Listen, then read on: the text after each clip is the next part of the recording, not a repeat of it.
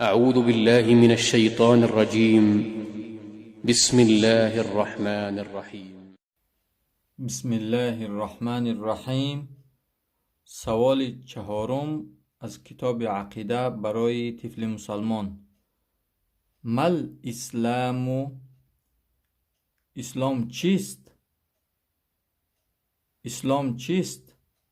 الاسلام هو الاستسلام لله بالتوحید والانقياد له بالطاعة والبراءة من الشرك وأهله.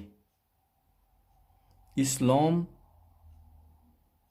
تسلیم شدن به یگانگی الله است و سر فرود آوردن به اطاعت الله و بیزاری جستن، بیزار بودن از شرک و از اهل شرک. یعنی معنای اسلام تسلیم شدن به اینکه الله یگانه است و سر فرود آوردن یعنی اطاعت کردن به امرهای الله. یعنی هر امری که الله گفت باید بنده اطاعت کند و بیزاری جستن از شرک و از اهل شرک، یعنی از شرک، از کارهای شرک و از مشرکان بیزاری جستن، بیزار بودن.